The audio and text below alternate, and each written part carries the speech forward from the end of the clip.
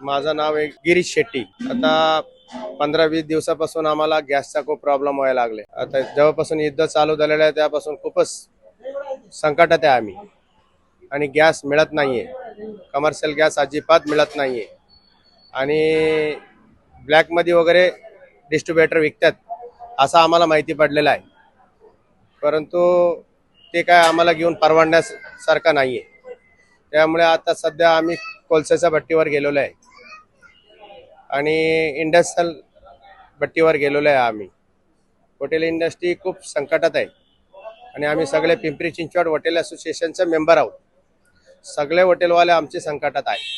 त्याचे विचार राज्य सरकारने तसंच केंद्र सरकारने करावा, आणि हॉटेलवाल्यांना तर लवकरात लवकर गॅस उपलब्ध करून नाही दिला तर संपूर्ण हॉटेल संकटात येईल।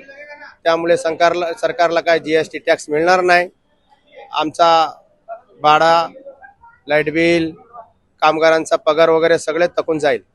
त्यामुळे लवकरात लवकर सरकारने कमर्शियल गॅस उपलब्ध करून देण्याची। गॅस टंचाईमुळे दुकानाचं कामकाज कमी झालेलं आहे आणि कस्टमरही कमी आहे, कारण मीडियामध्ये सारखा हॉटेल बंद हॉटेल बंद हॉटेल बंद हा मीडियामध्ये हायलाइट चालू आहे।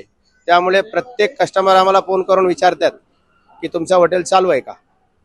त्याच्यामुळे कस्टमरही कमी आहे, आणि सध्या आम्हाला ते कोळशाची भट्टी वगैरे खूप महाग पडतोय। कोळसा सुद्धा त्याचे पण जे कोळसा 27 रुपये रेट मिळत होती ते आज 40 रुपये किलो केलेलं आहे कोळशावाल्यांनी। तिथेही लूटमार चालू आहे, म्हणजे सगळ्यांचा लूटमार चालू आहे।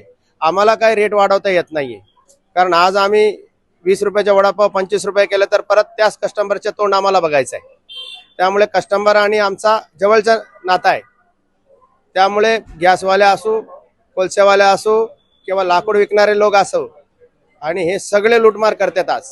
याच्याबद्दल सरकारने विचार करावा आणि आम्हाला न्याय मिळाला पाहिजे। सरकारने कमर्शियल गॅस बंद केलेला आहे।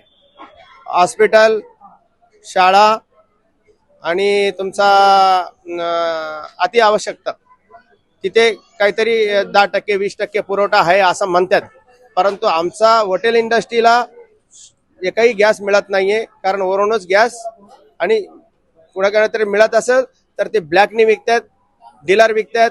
याच्यावर सरकारने कमिटी नेमावा, पोलिसांना अधिकार द्यावा, फूड डिपार्टमेंटला अधिकार द्यावा, महानगरपालिकेला अधिकार द्यावा।